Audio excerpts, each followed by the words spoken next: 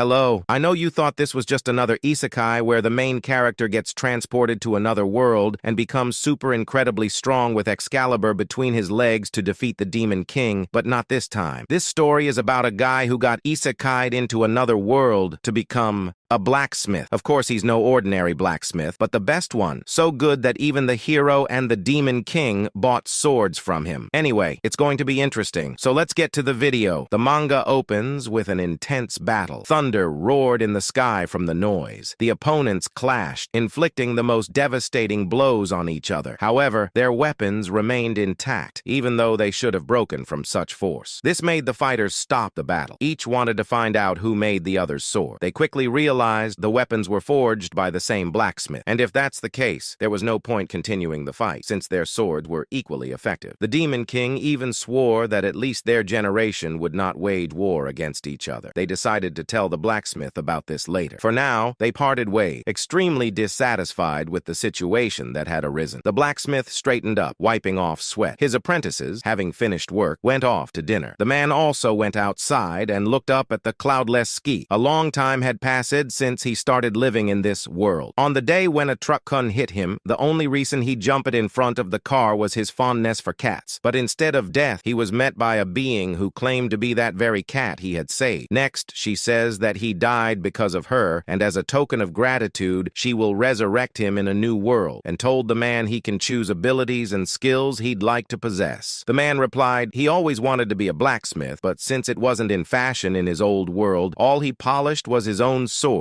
though maybe a knife too. They are Japanese after all. The man was granted abilities and the cat girl teleported him into another world. The man awoke in a forest. An enormous amount of new information he didn't know before flowed through him from head to toe. This gave him a headache. After some time, it subsided. The man got up and looked around. His gaze fell on his new home, consisting of a simple room and kitchen with various ingredients. It should be enough to get by at first. There was another room as well, the workshop. The man went in, picked up a hammer, and realized he perfectly understood how to use all the tools in the workshop. That's what a priority mode means, a mode where you use the power given by that goddess. The man decided to make lunch. For that, he needed fire, so he tried to light it using magic. To his surprise, he succeeded. After lunch, the man went to look for a water source. He left marks so as not to get lost. Along the way, he came across a green creature that looked like a squirrel. See how it's green? And I don't. The man found some very sour fruit. Nevertheless, he did have some knowledge of flora, as he was able to spot and identify medicinal herbs. When the man looked up from gathering herbs, he came upon a boundless sea, and that was just a 15-minute walk away. He sat on the shore, gazing into the mirror-like surface of the water. The reflection showed that he had been rejuvenated, as he had asked. In addition, the shadows of swimming fish flashed near the bottom. This meant he could go fishing. The man was distracted from the water when he heard strange, muffled exhalations. Behind a rock nearby lay an injured girl, apparently a beast person. Seeing the girl's serious condition, the man hoisted her onto his shoulders and carried her to the house. There, he began providing first aid and stitching up wounds. The most terrible one was on her stomach. Thanks to the priority mode, the man knew exactly what to do, although he felt awkward with the girl for having to remove her clothes. Spicy meat.